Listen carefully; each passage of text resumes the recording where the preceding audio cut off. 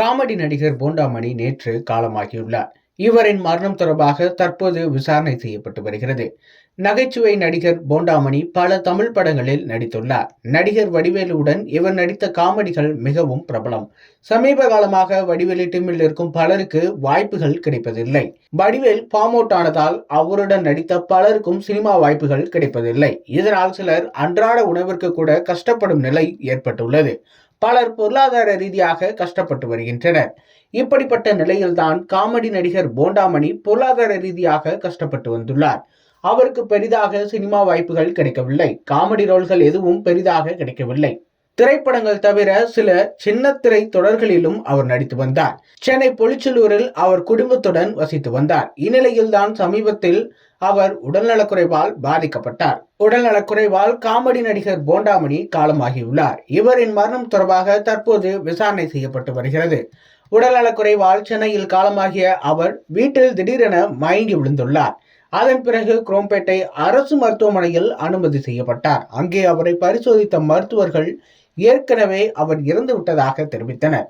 அவரின் மரணத்தில் தொடக்கத்தில் சந்தேகம் நிலவியது. திடீரென அவரது மரணத்திற்கு என்ன காரணம், பின்னணியில் என்ன நடந்திருக்கும் என்ற விசாரணைகள் செய்யப்பட்டன.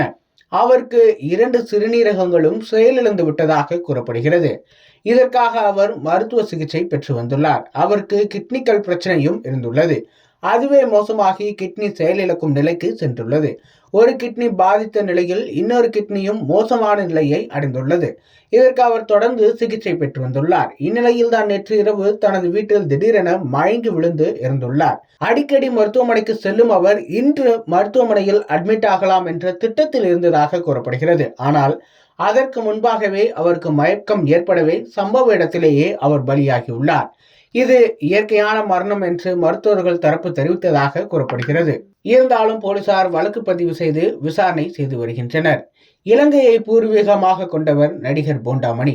1991 ஆண்டு வெளியான நடிகர் பாக்யராஜின் பவுனு பவுனுதான் படத்தின் மூலம் தமிழ் சினிமாவில் அறிமுகமானார். அதன் பிறகு ஏராளமான திரைப்படங்களில் அவர் நடித்து ரசிகர்களை கவர்ந்தார். சுந்தரா டிராவல்ஸ், மருதமலை, வின்னர், வேலாயுதம், ஜில்லா உள்ளிட்ட 150க்கும் அதிகமான திரைப்படங்களில் இவர் நடித்துள்ளார். குறிப்பாக நடிகர் வடிவேலுவுடன் சேர்ந்து நடித்த அவரது காட்சிகள் அனைவரையும் கவர்ந்தது.